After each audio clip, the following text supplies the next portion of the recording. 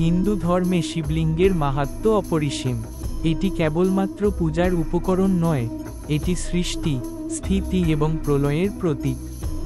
যুগ যুগ ধরে শিবলিঙ্গের পূজা চলে আসছে, কিন্তু এর প্রকৃত রহস্য এবং তাৎপর্য অনেকেরই অজানা। এই ভিডিওতে আমরা শিবলিঙ্গের আবির্ভাব, তার মাহাত্ম্য এবং বাস্তব জীবনের প্রাসঙ্গিক উদাহরণসহ এর প্রভাব বিশদভাবে আলোচনা করব।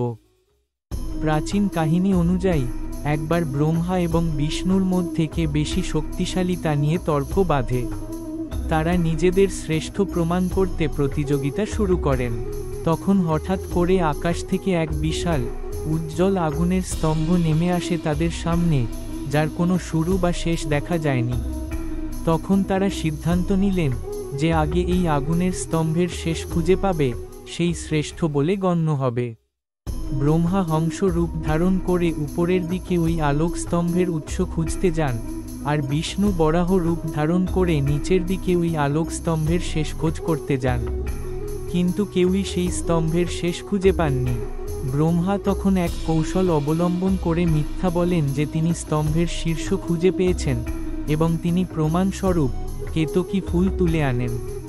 ব্রহ্মার মিথ্যা বলার জন্য শিব রাগান্বিত হয়ে সশরীরে তাদের সামনে প্রকট হন এবং ব্রহ্মাকে অভিশাপ দেন যে তার কোনো মন্দিরে পূজা হবে না। সেই কারণেই মর্তে ব্রহ্মার পূজা হয় না, পাশাপাশি কেতকী ফুলও শিব পূজায় নিষিদ্ধ হয়ে যায়। এই ঘটনার পর বিষ্ণু ও ব্রহ্মা দুজনেই উপলব্ধি করেন যে প্রকৃত শক্তির উৎস মহাদেব। মহাদেব বললেন, আমি না থাকলে সৃষ্টি ও পালন অসম্পূর্ণ, আবার সৃষ্টি ও পালন না থাকলে আমি নিষ্ক্রিয়। আমরা তিনজনই একে অপরের পরিপূরক। প্রকৃত শক্তি আসে সম্মিলন থেকে, প্রতিযোগিতা থেকে নয়। এই উপলব্ধির মাধ্যমেই শিবলিঙ্গ পূজার প্রচলন শুরু হয়। এটি আমাদের জীবনের এক গুরুত্বপূর্ণ শিক্ষা দেয়, অহংকার পরিত্যাগ করে প্রকৃত সত্যকে গ্রহণ করা উচিত। কর্মক্ষেত্রে অনেক সময় আমরা নিজেদের সর্বশ্রেষ্ঠ ভাবতে চাই, কিন্তু প্রকৃতপক্ষে একসঙ্গে কাজ করাই সাফল্যের মূলমন্ত্র। শিবলিঙ্গের পূজার প্রধান কারণ হল এটি ব্রহ্মাণ্ডের চিরন্তন শক্তির প্রতীক। লিঙ্গ শব্দটি চিহ্ন বা প্রতীক অর্থে ব্যবহৃত হয়, যা সৃষ্টির চিরন্তন প্রবাহকে বোঝায়। উদাহরণ, ধরা যাক একজন কৃষক তার জমিতে ফসল ফলাচ্ছেন। জমিতে বীজ বপন, জলসেচন এবং পরিচর্যার মাধ্যমে তিনি একটি সম্পূর্ণ নতুন গাছের সৃষ্টি করেন। একইভাবে শিবলিঙ্গ সৃষ্টির প্রতীক, যা চিরকালীন সৃষ্টিশীল শক্তির প্রতিনিধিত্ব করে। এছাড়া বিজ্ঞানীরা বলেন যে মহাবিশ্ব একটি একক বিন্দু থেকে সৃষ্টি হয়েছে, যা অনেকটা শিবলিঙ্গের রূপের সাথে মিলে যায়। অর্থাৎ বিজ্ঞান ও আধ্যাত্মিকতা এখানে এক হয়ে যায়। শিবলিঙ্গ বিভিন্ন আকার ও প্রকারভেদে পাওয়া যায়, যেমন স্বয়ম্ভু লিঙ্গ, বাণলিঙ্গ, মার্কট লিঙ্গ এবং মহেশ্বর লিঙ্গ। প্রতিটি লিঙ্গের আলাদা আলাদা শক্তি ও প্রভাব রয়েছে। 1. স্বয়ম্ভু লিঙ্গ, এটি প্রকৃতির দ্বারা স্বতঃস্ফূর্তভাবে গঠিত হয়, যেমন অমরনাথের বরফের শিবলিঙ্গ। এটি মহাদেবের স্বাভাবিক রূপকে প্রতিফলিত করে এবং আত্মজ্ঞান অর্জনের প্রতীক। উদাহরণ, যেমন ধরুন একজন ব্যক্তি স্বতঃস্ফূর্তভাবে সৎ এবং সত্যবাদী হন। তিনি কোনো বাহ্যিক শিক্ষার প্রয়োজন ছাড়াই নীতিবান হয়ে ওঠেন। এই ধরনের চরিত্র একজন প্রকৃত স্বয়ম্ভু ব্যক্তি, যিনি আত্মজ্ঞান অর্জন করেছেন। 2. বাণলিঙ্গ, নর্মদা নদীতে পাওয়া এই লিঙ্গ খুবই শক্তিশালী এবং ধ্যান ও আধ্যাত্মিক উন্নতির জন্য বিশেষভাবে উপযোগী। উদাহরণ, আজকের যুগে ধ্যান এবং মেডিটেশন অত্যন্ত গুরুত্বপূর্ণ। যারা প্রতিদিন ধ্যান করেন তারা এক ধরনের মানসিক শক্তি অনুভব করেন। ঠিক তেমনি বাণলিঙ্গ একটি মানসিক ও আধ্যাত্মিক শক্তির উৎস। 3.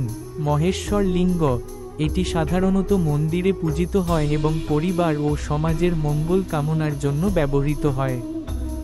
উদাহরণ, একটি ভালো নেতা সবসময় তার সমাজ ও পরিবারের মঙ্গল কামনা করেন। মহেশ্বর লিঙ্গ সেই নেতৃত্বের শক্তি প্রদান করে, যা একজন ব্যক্তি বা নেতা সমাজের কল্যাণে ব্যবহার করতে পারেন।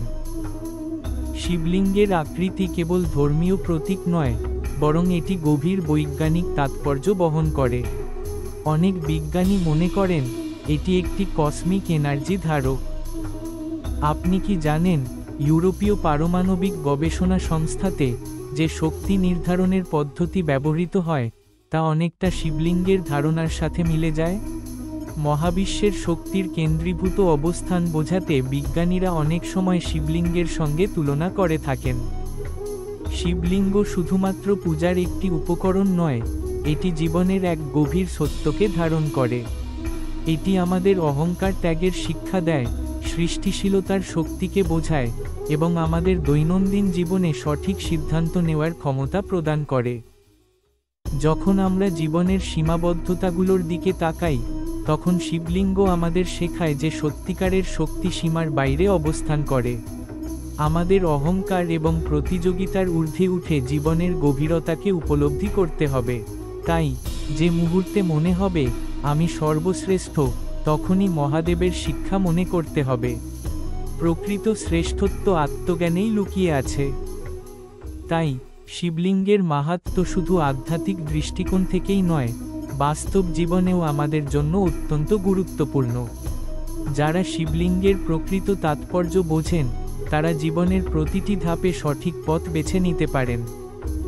ভিডিওটি ভালো লাগলে একটা লাইক দিয়ে আমাদের উৎসাহ দিন।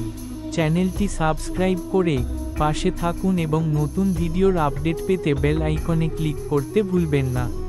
আপনার পরিবার, বন্ধুবান্ধব এবং প্রতিবেশীদের সঙ্গে ভিডিওটি শেয়ার করুন, যাতে এই জ্ঞান সবার মাঝে ছড়িয়ে যায়।